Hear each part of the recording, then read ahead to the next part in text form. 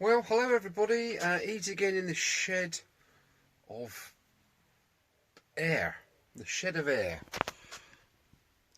By that I mean that, because I came in the other day and I thought, that doesn't look right. And I did that and it was absolutely flat as a pancake. So I have just pumped a little bit of air in there, just a small amount. About, I don't know, I'm going to hazard a guess at about 7.4 psi. I don't know, something like that. Right, we've got that set on PSI. Let's pop that on there. Oh, 7.2 psi. So it is going down. It was 7.4 just now.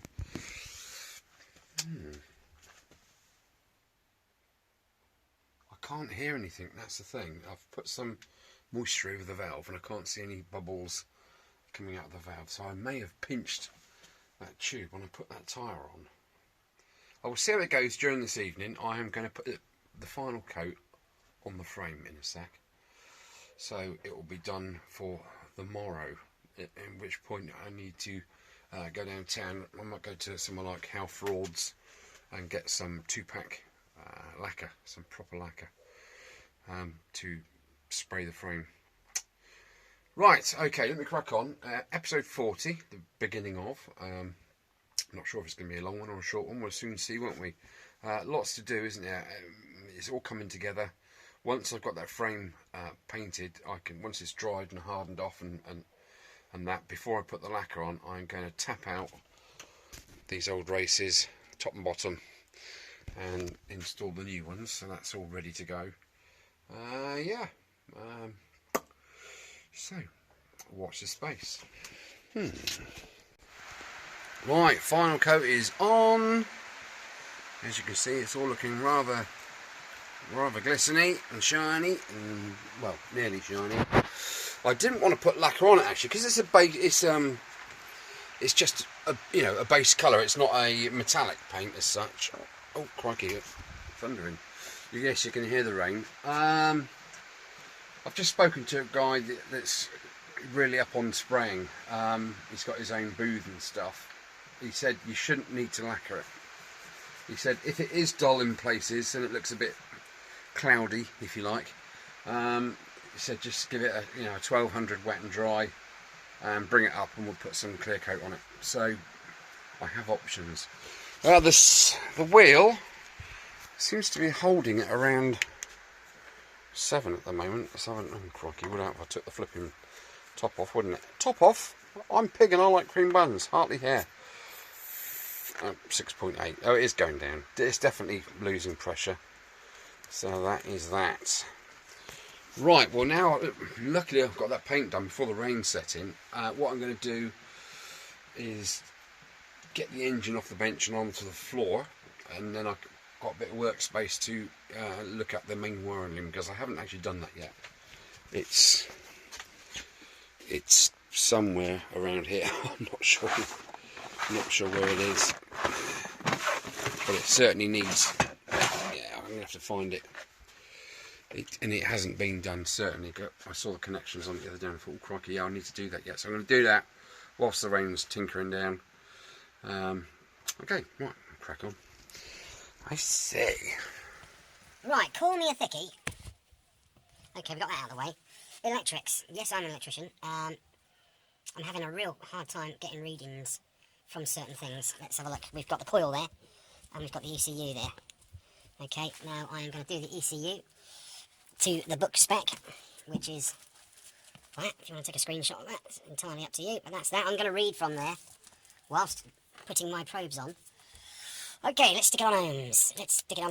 Okay, what are we on? Milliohms. Right, okay. There are 4 colour cables. We've got black, yellow, black, white, red, black, and black, red. Okay, simple enough. On the little chart here, I will start at the top. Let's put something behind there so you can perhaps... Can you see that on there? Yeah, you see that. Yeah, right, okay. Okie dokie, let's go.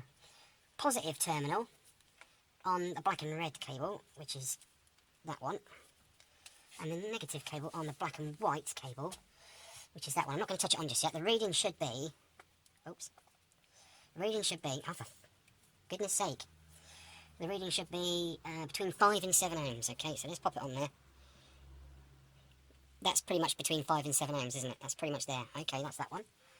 Now, again, red, black, which is what I was generally on. Oh, no, that's black, red. So I need red, black, which is that one there. Red, black needs to touch black, white. And it should be between 4 and 6 ohms. Okay. Again, we got 5.4 there, so that's between 4 and 6 ohms. I'm happy with that. Now the other two, the black, red cable, which is that one, is the negative probe. Black, red. Okay, so that's top left. Okay, and black, white for the positive should be between 4 and 6 ohms. Oops, I've got the right one. No, I haven't, you Burke. There. That's got nothing to do with me just whacking loads of ohmages for it. Let me just check that again. Negative, black, red cable. Which is that one. Okay, and the black with the white trace is top. That ohmage is shot right up. I wonder if I've just wrecked it. Ah, no. Actually, what has it given us? 10, 11... About 11.8. I can't see anything on there. Right, let's do red, black, which is this bottom left. And black, red. That should give us 15 to 17 ohms. Which it's not doing. I don't get it. That's given us between 5 and 7, isn't it? That's black, red. Anyway, you can see what I mean. The top half of the chart, when I do this part of the chart here, putting the positive terminal on the red, black, and the black terminal on the black and white, the negative, neutral, whatever you want to call it, it does show that, and that one does show that. When I come below the line here, or am I reading it wrong? Black, red, positive to red, black. Okay, let's do, what other reading we got there? 4.6. Let's do black, white, positive onto black, red. That's what I thought I had. Black, white, positive. Okay, that's that one. Where are we? Black, white, positive to red. Sorry, black, red, not red, black. Would be that one. Do you know what? Someone come and give me a hand. I've only got 2 hands, and it's just a pain in the backside, isn't it? That should be between 4 and 6 ohms, and that's just creeping over 7. I wonder.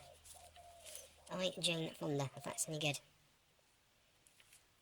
It looks to me, I'm going to clean it right up, but it looks to me like we've had some sort of, I don't know if you can see that there. Where are you?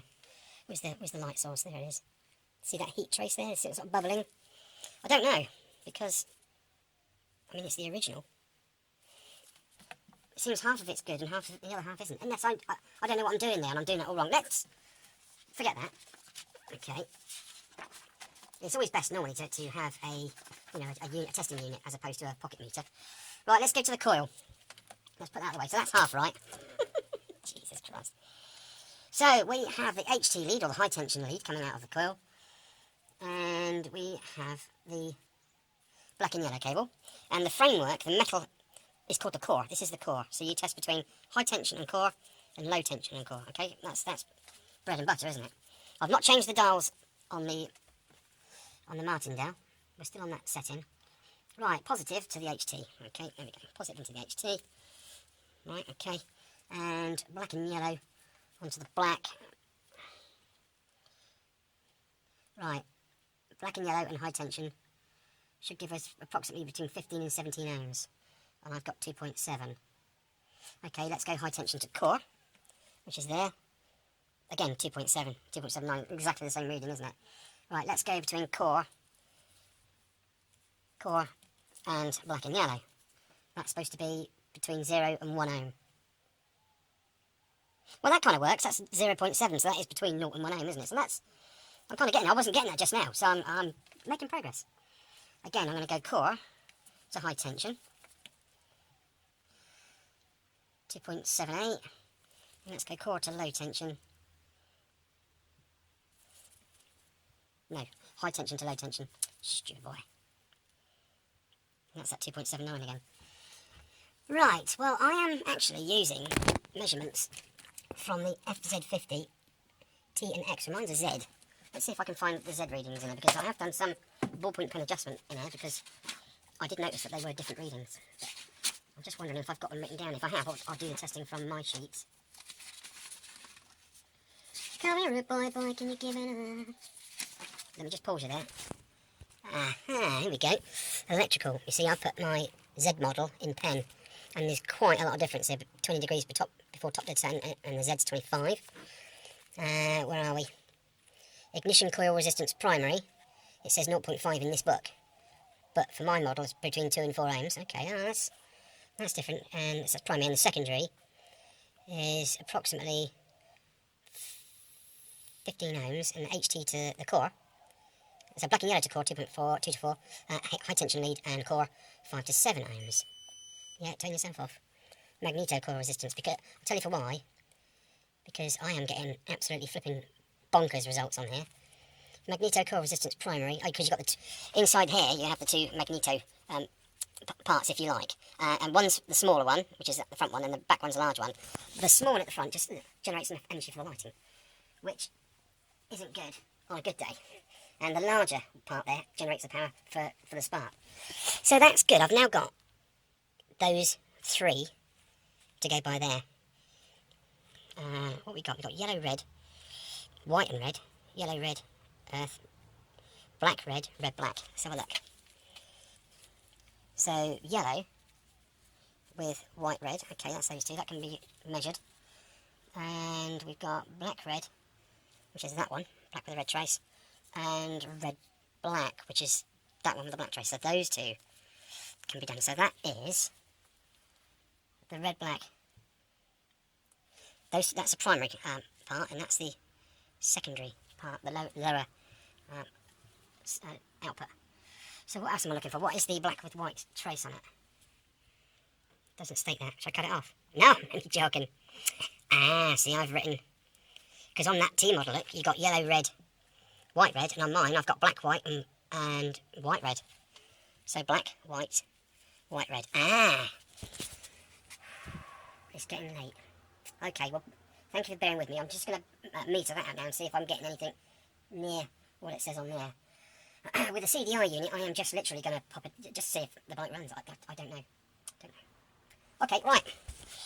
Oh my goodness. Okay, so I've just checked the Magneto with the testing equipment, the Martindale, and the Magneto coil resistance primary on the old T model should be 200 ohms, and on the Z model should be 205 ohms, and mine peaked at 206 ohms, so got a good reading there.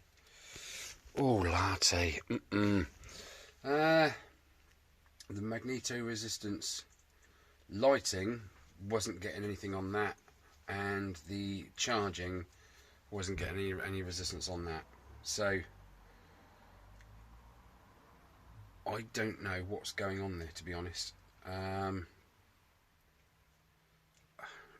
Do you do that test? No, you can't do the test with the engine running, or can you?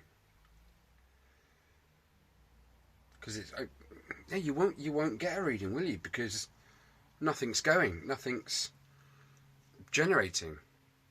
Or is that... Help us out here, guys, because I am really out of depth with bike stuff like this. Yeah, I just want to get it right. I want, if that's stationary readings, then something's not right. If it's not stationary readings, then it could be right, but until it's running, I don't know, do I? Okay, let us know. Right, that's enough of that ohmage nonsense. Let's have a close look at this loom.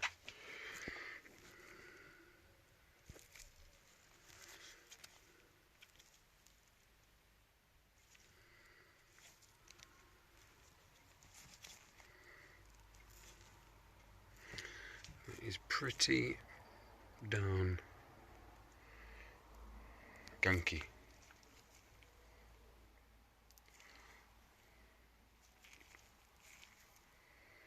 Sometimes gunky's good because gunky is oil, therefore crust has a hard job growing if it's covered in oil. Ah, look, okay. The dreaded green. The dreaded greenie, alright. What's that? That's black. That will be the... What will black be? Common? Don't know. Neutral?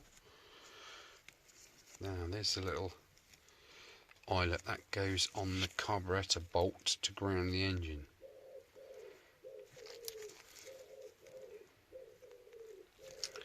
Cool. Yeah, it's proper nasty, isn't it? Normally, you see, I take this in the sink. I've just wiped that piece up, that's why it looks a bit clean.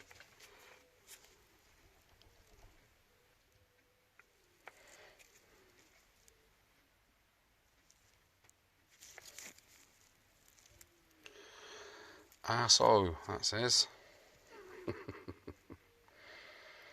0.75 cable, that's not bad.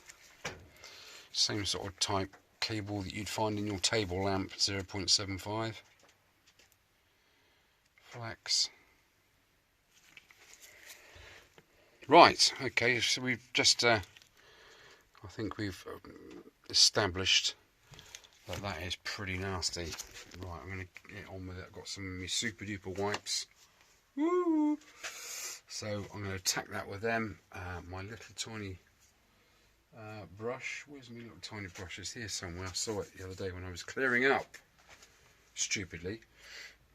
I'm trying to find a picture. I've seen a picture where it shows you just where all the decals are on the bike, and it sort of points to, you know, like whatever. It's all named and it shows exactly where it goes. I didn't screenshot it. I can't find it. If any of you guys have got 5 minutes, you might have a look at it for me. Cheers, I'd appreciate that. I've been through my manual, and I've also been through the owner's manual in there. Yes, it is a bit knackered, but it's all there. So I thought I'd seen it in there, you see, the drawing, but no, and I've just googled it, and all it comes up with is a load of old guff, really. So yeah, I don't know if it shows it in a Haynes manual. Joe, perhaps you could have a look where it shows the decals, whereabouts they are put, because I don't want to start sticking decals on and then realise that it's in the wrong place. Okay, right, let me get on and try and transform, and I will bell through with the old Martindale. I'll bell through all the cables, make sure I have continuity. Most important thing. Flawless. Right. Absolutely flawless. Okay, I am so glad I went through this wire and loom. As tiny as it is uncomplicated. Yes, it's lots of different colour wires, and it scares the hell out of most people. Right. Here's one instance of nastiness. I tried to pull that connector, that simple connector, out of there, and it just ripped from there because it were broken. Okay, so that's something that I found. And then I had to literally get my Peter pliers on there to get that out of there, because look at the crust on that. The resistance caused by that would have been enough to make that not do an awful lot at all, that connection. So that's naff. So I need to either find a replacement of these, or I need to fix this in a way that it's not broken. Flippin' heck, Eater, you're blooming good. Look, it's even got the original little dangly fuse pouch. Let's see if it opens up. Go on, I'm trying to open her up. I've got the flaps open. Hang on. Let's try and nudge it out from the rear. I really didn't want to destroy this little pouch, but unfortunately it's just falling apart. Okay. Well, there we go. One crusty 10 amp slow blow fuse. No, it's not a slow blow fuse, it's a normal fuse. Clean that up. That can go back in the toolbox, the tool bag, little pouchy thing. I'll wrap that up in something. Okay, moving along. we've got a broken terminal there. I wasn't too worried about it, but you've got exposed copper there. Because that's a Lucar terminal, i.e. a spade terminal, I am going to snip that and put on a insulated Lucar terminal. Did I find anything else wrong with this particular loom? That is very clean. I'm really happy with that. I've only cleaned the outside. Look at the inside. That's spot on. Okay, I've got to clean all these. These are quite a little bit fiddly, but you can break the seal by just twizzling it around and then sort of pulling it back, pulling that skin back. You should, for now, be able to get inside, see how crusty are. The important part's inside there. Okay, and then you can get your cotton bud with your isopropyl alcohol down in there, and that'll come up like new. Okay, I'm not going to go through all of these individually, but I mean, that again, that is so crusty. I don't trust that even when it's cleaned up, so I'm going to chop that. I'm going to put another blade connector on there. The rest of it seems okay. It's been cleaned. It forks off there for fork's sake. Right, so if we go back up this end, you can see that I've managed to pull these skins back far enough to expose the inner. I mean, that. And what I suppose once I've got the rub in there with the missus's toothbrush, I'm sure that we can do something with that. It's not too bad. They're all a little bit on the crusty side, that one. Oh dear. But I mean, the copper core seems okay. It's just, it looks as if there's, oh, I don't know, there's a bit of friction there, isn't there? It's as if there was nothing plugged into these. But there we are. So I'm going to go, I've managed to pull all the skins back. Look, 1, 2, 3, 4, 5 of those. So that's not so bad. And again, I can see, I think it's these two that go to the regulator rectifier. And if you look carefully, see that in there? That is the remnants of the old Lucar piece that just simply sheared off of the old rectum fire. So well, there we go. I mean, you can't get it wrong because one's male and one's female. Do you want me to explain that? The female one being one that the male one sticking out inserts into. For goodness sake, children. Right, well that's, you can see there's a good hour's work needs to go into there. Let's go on down. Down, deeper and down.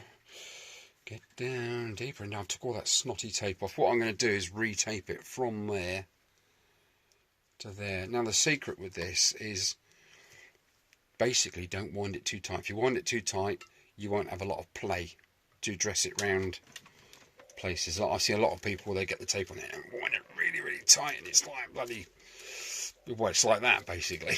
I mean, it's not bad, and it does the job, but it's yeah, making more problems where there shouldn't be any. And I've yet to do this end and get things cleaned out. I've basically checked all the plugs to make sure there's nothing snapped off in them, so on and so forth. Now there was nothing on that. This is actually just how it was. So I might, not sure what that orange cable does on the old Hondas and stuff. Orange and light blue are your left and right indicators, aren't they? But this isn't the case with this Suzuki. Okay, and that connector doesn't seem too bad. There's a little bit of darkness. I believe in a thing called love. Sorry. There's a little bit of blackness on that top left pin. So what I'm going to do, that little tiny slot there, let me get that in focus. There is where you push your miniature screwdriver, which pushes down a little tiny tab in there, and the red cable just pops out the back. And you very, very carefully, if you've not seen my other videos, just gingerly just pop that little tab back up. So when you offer the cable back in, or connect it back in there, it goes in and there's a nice resounding click, so you know it's in place. Right, that's enough waffling. I've got lots of cleanering to do and fixing to do and making up to do, so I'm in my element, ain't I? Rightio, here we go. If you're stuck in a rut and you can't get this part anymore, or you want to keep it sort of original and you want to reuse the original housing and such, here's what you can do. I've just sort of thought outside the box. I've got my box of crimps here. I have one of these crimps. It is a bullet terminal, and I have sliced down one side using my super duper knife. Right, let's get into this. Gotta peel, and boy, that is tough. Ow. Additional tools required, sir. Let's get into this. Come on. You watch it ping across the room. Okie dokie. So there we have that. You put the cable in there and crimp it up, and that end you open out till it looks something like this. Here's one I did earlier, children. And the fuse snipped into it. Up here for thinking, down there for dancing. Okay, let's get on with opening this out a bit. What did I do first? I've got a screwdriver, and I very gently inserted it into the end. Come on, where are you, screwdriver? Oh, there you are. Just have a nice screwdriver. You've got to sort of force it in there just to jimmy open the jaws. And you've got to be very careful here, because this is a different material, isn't it? It's not, I mean, this stuff is like a, I don't know what they put in it, but it's quite springy, if you like. It's like a spring brass. So let's just toy that open a bit. And we get our fuse. There we go. Job's a good one. Now, does it go back in there? Okay, and let's have a look.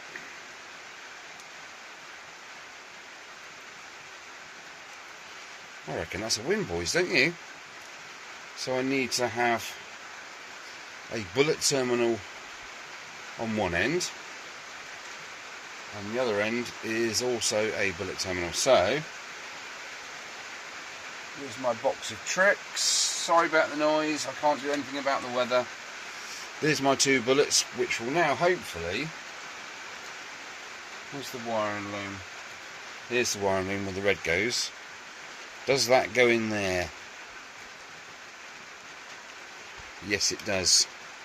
Beautifully. Well, that's great news. Going back to the rest of this, I've done a few modifications. I've cut all those crusty, scabby old connectors off, and they are now in the skip. So that's all ready to go for there. Now I just need to find some red cable, of which I know I don't have any. So I am going to find some 1.7 what is that cable? Yeah, that's 0.75 core. I'm going to use red tape over whatever cable I find to colour it. Yeah, it's not bad, is it? Let's get it a gel free again. But again, sometimes don't think linearly. Think outside the box. Think, what can I do? What have I got on the shelf that I can possibly use to get over the situation? And there we are. I think I've got to grab it out the hat there, don't you? Okay. I've yet to clean these pieces, as you can see. But this end is the one that I've done already. That's really good. If you see there, on this rubber sleeve, there is like a wedge shape in there of rubber. Okay, now that goes in to this space here, and stops you pulling the shroud off. Okay, so what you do, you hold the cable thus, and then you twist this piece clockwise to get that rubber groove out of that groove round to that side, and then you can just slide it back onto the cable like so. Clean the terminal up using whatever method you care to use. I am actually going to use my toothy brush, well, the wife's toothbrush, and some auto sol, wherever that is. Shitting very gently, and I'm just going to agitate that surface. I have tried the isopropyl alcohol. That's only good for cleaning the plastic. It doesn't do the metal work. As you can see, there's still signs of greenage on there. I want to get all that off, and the toothbrush and the autosol is your choice of weapon for this task. Okay, well, did I do this end? I can't remember. Oh look, yes, I've done it in blue. It's not the same colour blue as the bike frame, but I think that looks quite nice as opposed to the black. What do you reckon? It's not bad, eh? And here's another end that I have done ready. So that's all good. I've actually had these sleeves off of these connectors, and they're all done. This, looking at that connection there, this used to have one of these on it,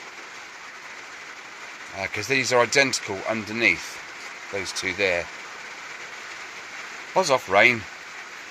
So I'm going to need to think outside the box again for this and see how I can get some sort of connection. Well, when I put the wiring loom into the headlamp, I'm going to just see how many orange cables there are there to connect, because I have all sorts of different connections I can use. It won't be original, obviously, because I haven't got one of those rubber sleeves, and I can't think of anything that I can use that will do the same thing and look similar.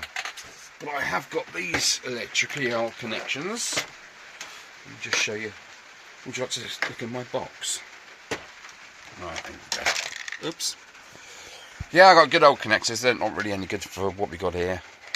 These things are really good. You know, you got a 4-way.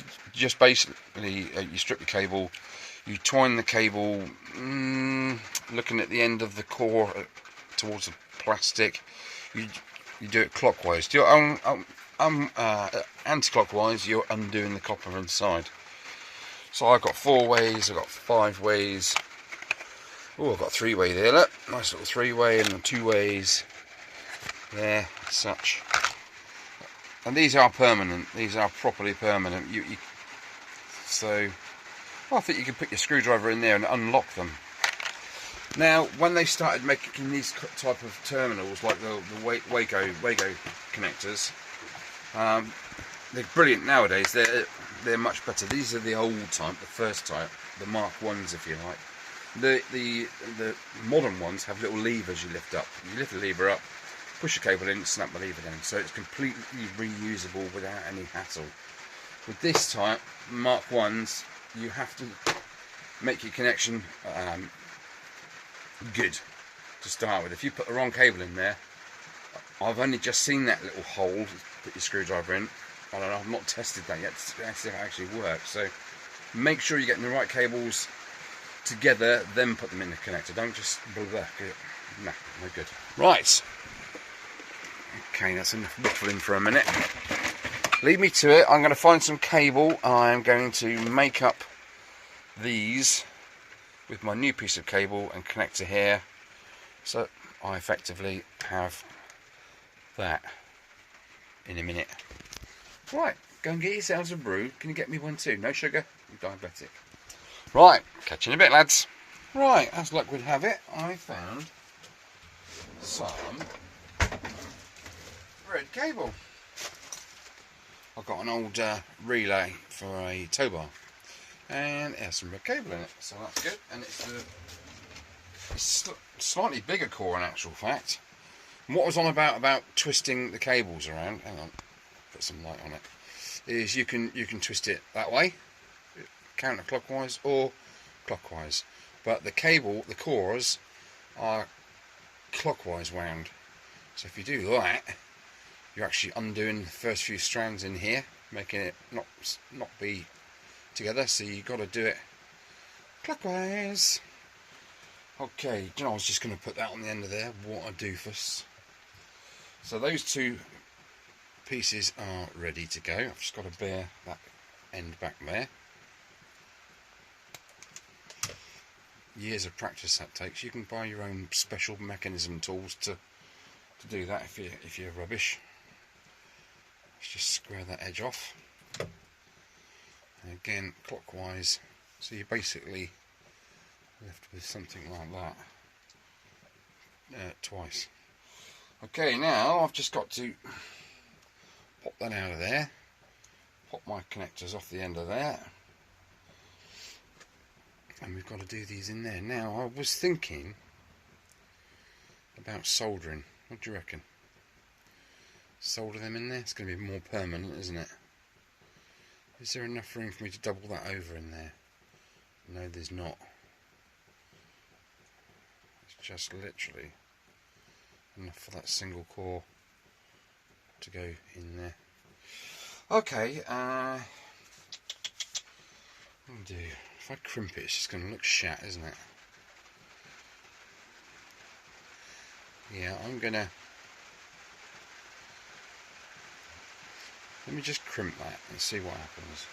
By the way, lads, crimping, please, if you've got those tools that just like a pair of scissors with two little jaws, throw them in the bin. Do yourself a favour. They are crap. This ones you want, ratchet ones. You've got your red, your blue and yellow terminals. Actually, I've broken the terminal off of there, haven't I? So that's not actually going to work. Or is it?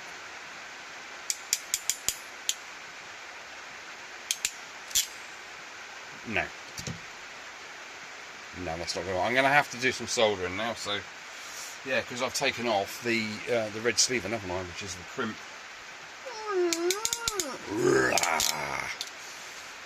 Okay, that goes back in drawer then. I'm going to have to get my soldering stuff out and do some soldering. You make me crazy, don't mind me. Right, what I've done, you need a decent sort of worked surface. I always pre-flux the end of my cables just to help the flow. Look. Oh, I don't know, I'm throwing it on the floor, man. What's going on? Right, let's do some soldering. Let's tin these indies.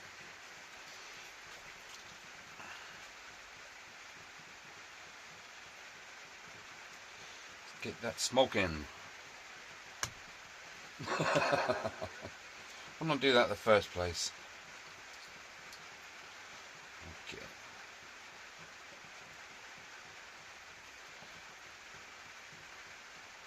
Let's tin them up. Just warm the part before. Add the tin or the solder. There we go. So those are all nicely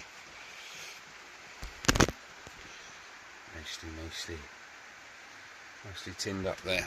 Okay. Mama. Right. Now I'm going to have to hold those with something, aren't I? Because otherwise I'm going to burn me little fingers, which isn't going to be good. Oh dear, oh dear. What I'm going to do is warm that up first.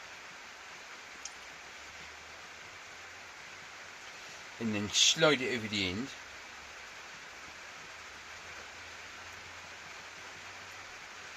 Like so. Let's put some more weight on top of that.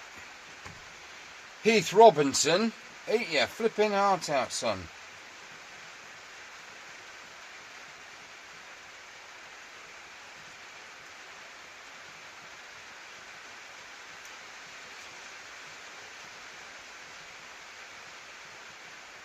Come on, come on. Oh, I can't sing him, can I? Oh, for goodness sake.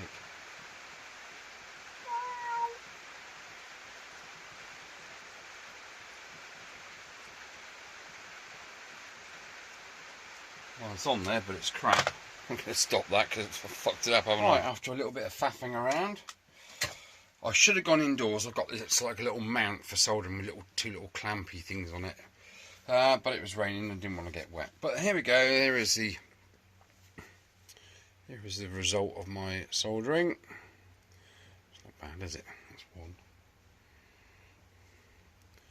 And that's the other one. It's not bad at all, is it? Right, let's see if it actually fits in the hole.